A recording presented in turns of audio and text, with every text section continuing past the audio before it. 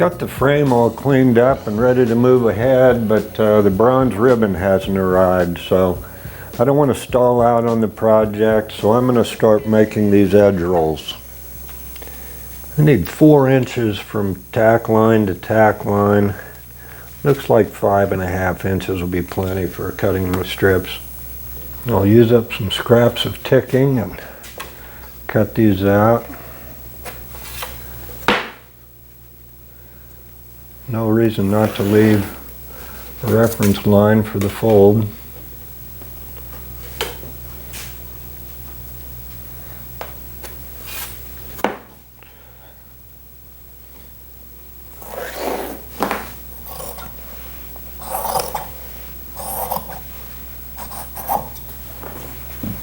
I'll fold this back along the selvage line, turn it under, and I'll staple along the edge of the frame. Only going to go back a few inches on this.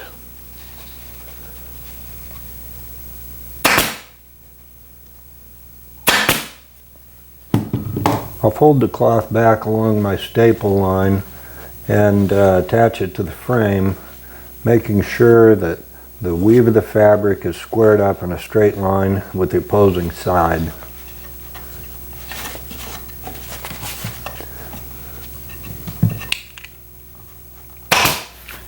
Turn this back and start packing this tube with vegetable fiber.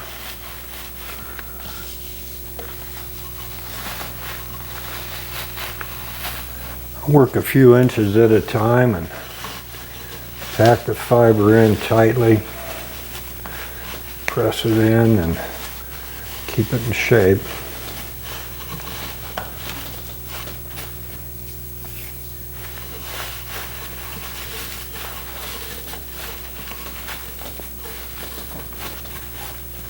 These are rather unusual arm pads. I've already torn the other one down and seen what's inside.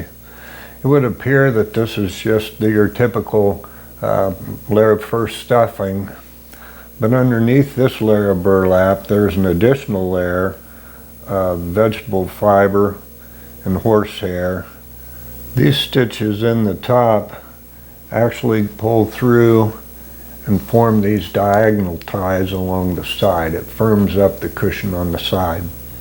Underneath this layer of burlap there's another layer of stuffing that's been stitched in. This pad below had several square nails driven into it to keep the padding stable. I need to build this first layer of pad 1.5 inches thick, and there's 2 rows of stitching. There's a blind row and then the row that forms the roll on top. Okay, looks like I need about 7.5 inches of burlap to finish out the front edge. Because of this arc in the arm frame, I'll have to make an allowance and measure this out at 8.5. I'm going to try something completely out of the ordinary. Use a cardboard template to lay out my burlap. I'll work off center references.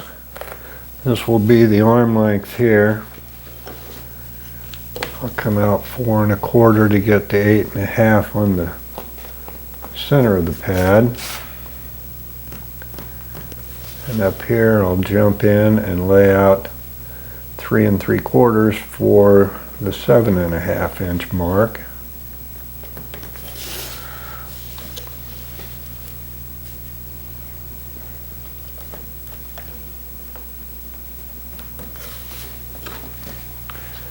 Lay in my arc.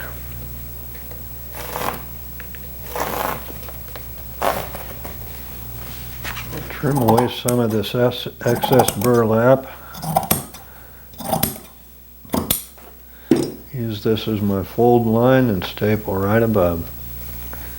I'll line up my center references and staple this in place along the template line.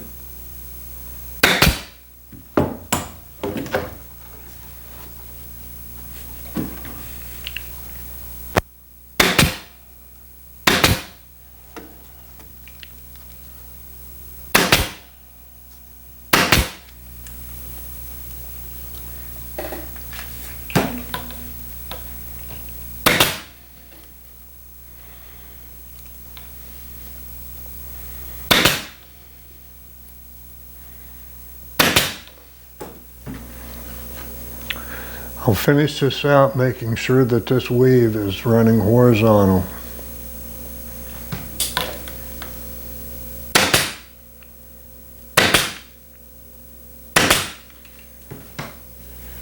I'm using Spanish moss to fill this open tube. I'll work it in fairly firm, but I don't want to pack it too tightly either. Gotta go small tests at a time and make sure all the voids are filled. With this tube firm and evenly packed along the frame, I'll finish out the ends. I'll fold that burlap under it 1.5 inches thick and finish out the corner pleats.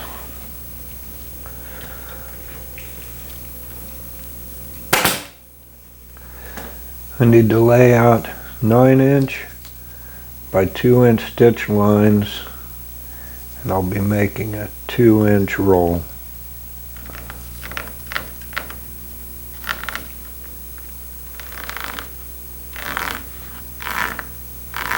I'm going to start the stitching with 2 arm spans of string. I like to run it through a beeswax ball. It helps reduce the fraying on the string and it tends to secure much better. This first series of stitches is known as the blind row. I'm using a 5-inch curved needle, starting near the frame, coming out through the top. I'm inserting the needle back into the same hole, and I'll hook up down below. Typically, I've always used a knot at this point. The original craftsman just simply looped his stitches, so I'm going to follow suit with his work. Push in on the moss, press this. What I'm doing is compressing the moss and trying to form this edge. With the blind row completed, I'll work with my regulator and pull this moss up, work a little more on this profile edge. For this row of stitching, I've made a little measuring gauge here. Needing to lay these out at 2 inches.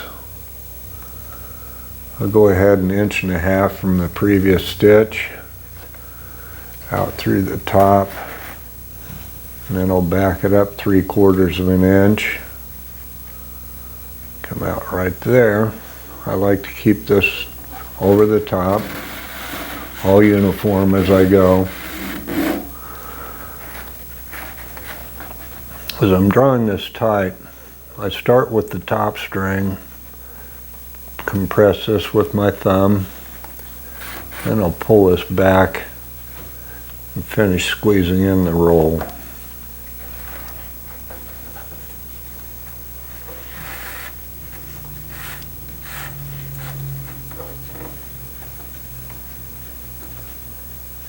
Next up, I need to make a bridle tie to hold about 1/2 inch thickness of hair.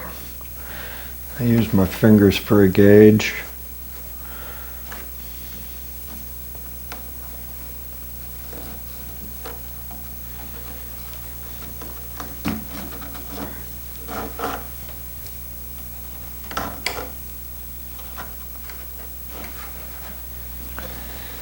The hair I'm using is the original hair from this piece.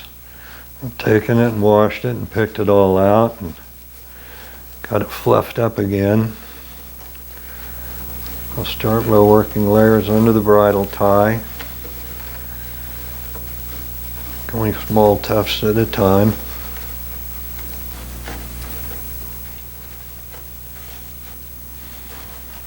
After I get a little start on this, I'll use my regulator and mix these up a little bit. Somewhat shape it against my hand.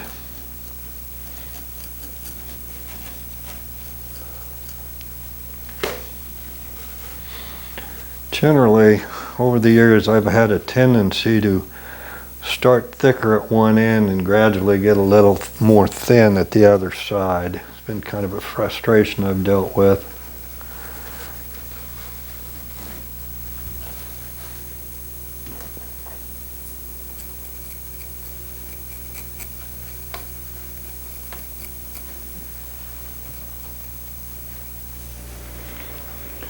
Alright, I think that end's gonna lay out evenly.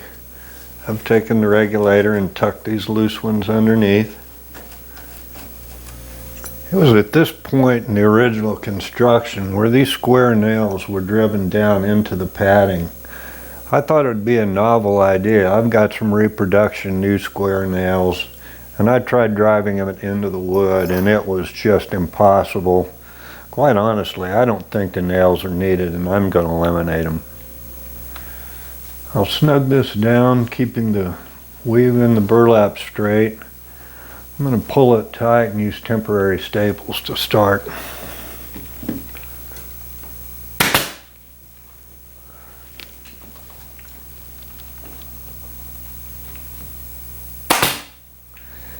This end is a little bit thin a hair here, so I need to build it up some more.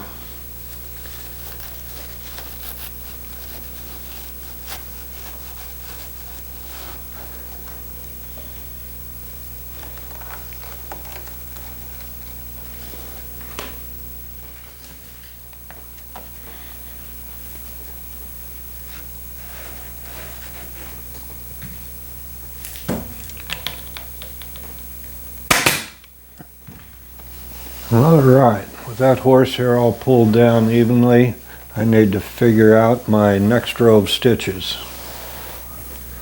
I'll lay out the next row of stitching 2.5 inches wide, and it'll roll over 1.5 inches.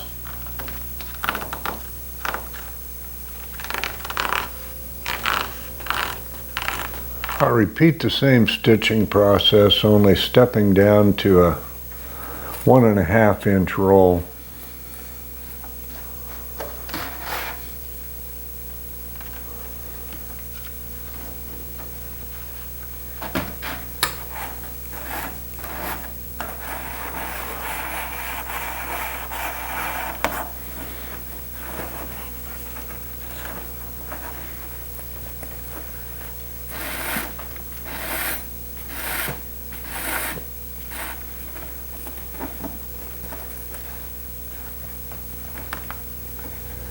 This last set of stitches is done by going right in below this roll.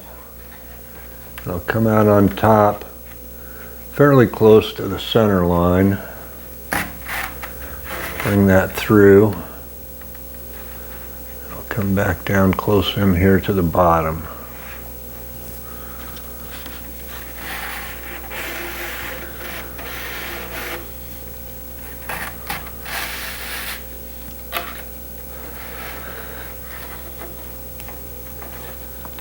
Pull that in tight.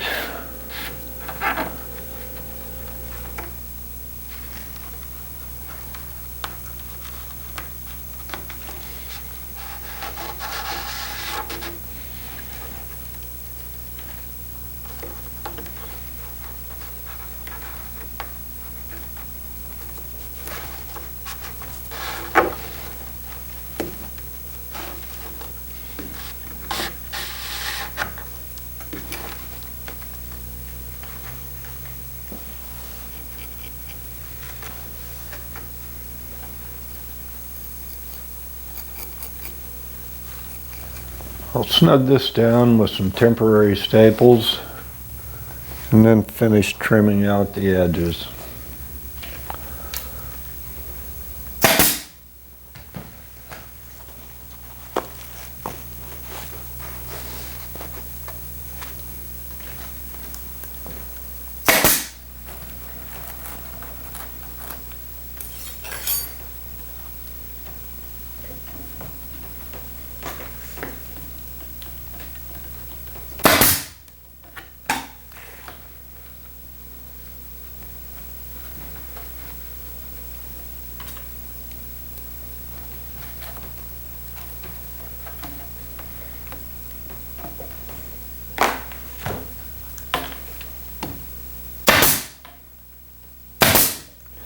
Okay, here's the test. I stapled slightly below the original tack line. Let's see how this measures out. Trust me on this, 10 inches, staple line to staple line, perfect. Oh, far out. That's our wrap on these arm pads.